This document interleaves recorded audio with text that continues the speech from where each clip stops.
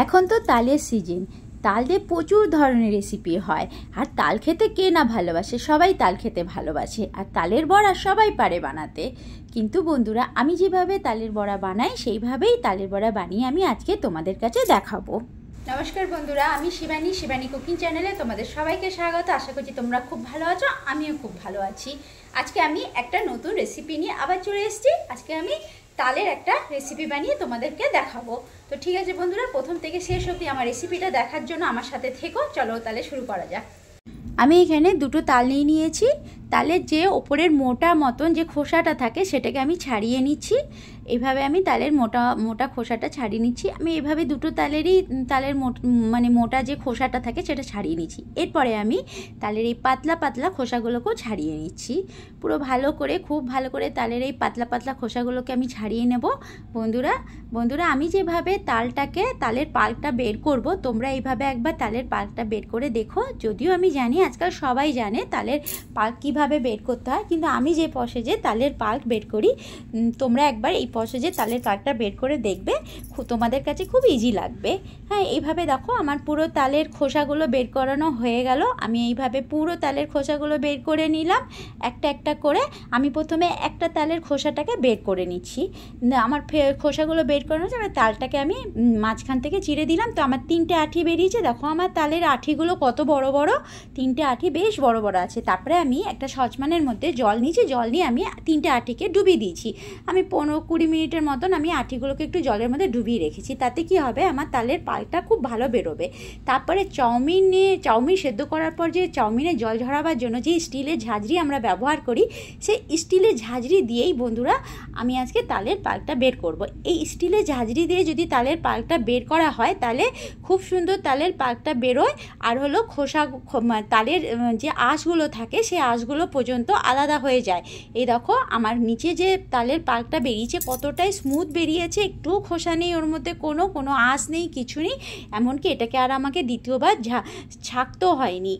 এই জন্য এই স্টিলের ঝাঁঝরিটা দিয়ে তোমরা তালের পাল্প বের করবে, দেখবে তোমাদের আর দ্বিতীয়বার ওটাকে কোনো ছেঁকনি দিয়ে ছাঁকতে হবে না। তো এবারে আমি তালের পাল্পটাকে একটা স্টিলের বাটিতে তুলে নিলাম। নেওয়ার পর আমি ওতে হলো আধা কাপের মতন চিনি দিয়ে দিলাম। আর আমি যেহেতু এখানে 2 কাপ আমি নিয়েছিলাম তালের পাল্প নিয়েছিলাম, সেই জন্য ওখানে আমি আধা কাপের মতন চিনি দিয়েছি, আর 1 কাপের মতন ময়দা দিয়েছি, আর আধা কাপের মতন আমি সুজি দিয়েছি। ওই আধা কাপ সুজিটাকে আমি কিছুক্ষণ ভিজিয়ে রেখেছিলাম। তারপরে এই 3টে উপকরণ দিয়ে আমি ভালো করে মিশিয়ে নিচ্ছি। সুজি আধা কাপ, চিনি আধা কাপ, আর ময়দা 1 কাপ, আর তালের পাল্প হলো 2 কাপ আছে আমার এখানে। তো বন্ধুরা, চিনিটা যে যেরকম মিষ্টি খাও সেইভাবেই দিও। আমরা যেটুকু মিষ্টিকে আমি সেই হিসেবে চিনিটা দিয়েছি। দিয়ে হাতে ভালো করে আমি এই 3টে উপকরণ দিয়ে আমি তালের পাল্পটাকে মেখে নিচ্ছি। খুব ভালো করে আমি মেখে নিলাম তালের পাল্পটাকে তারপরে আমি একটা নারকেলকে আমি কুড়িয়ে রেখেছিলাম। সেই কুড়ানো নারকেলটাকে আমি 1 মুঠো ভরে আমি এই তালের পাল্পের মধ্যে দিয়ে দিলাম। 1 মুঠো পুরো নারকেলটা দেবে। নারকেলটা দিলে না এই তালের বড়াটা খেতে খুব ভালো হয় আর খুব টেস্টি হয়। এই যে পুরো হলো 1 মুঠো ভরে ভরে দিয়ে দিলাম নারকেলের কুড়োটা। আর এদিকে আমি 1 চিমটি একটুখানি লবণ দিলাম, আর 1 চিমটি আমি খাবার সোডা দিলাম।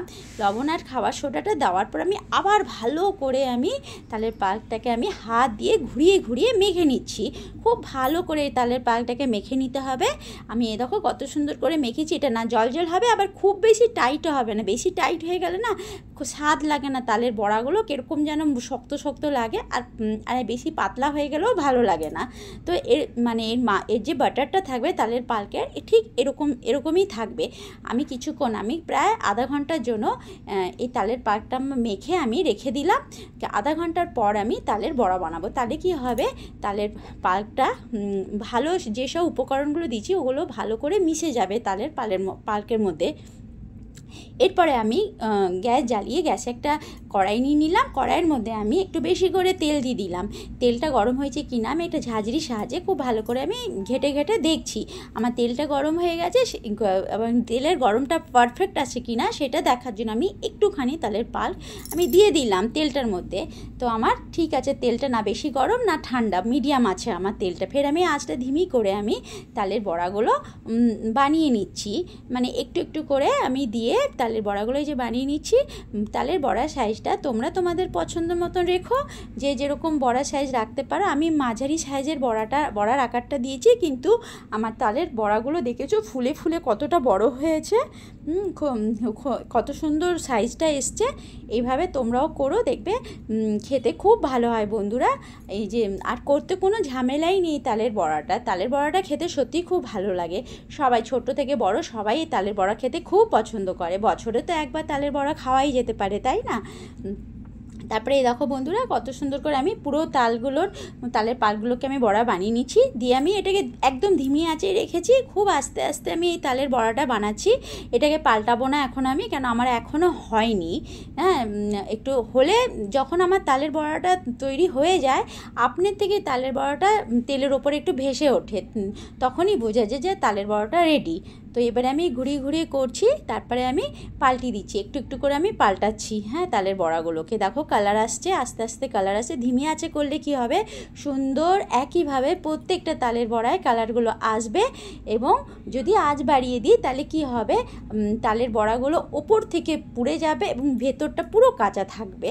আর ধিমি আঁচে তালের বড়াগুলো করবে, তাহলে কি হবে, ভেতরটা খুব সুন্দর সেদ্ধ হবে আর ওপরটা খুব সুন্দর লাল লালভাবে ভাজা হবে এবং বেশ একটু ওপরটা কুড়মুড়ে থাকবে। যেহেতু সুজি দিয়েছি সেজন্য বেশ ওপরটা কুড়মুড়ে ছিল, আর হলো ভেতরটা বেশ নরম ছিল।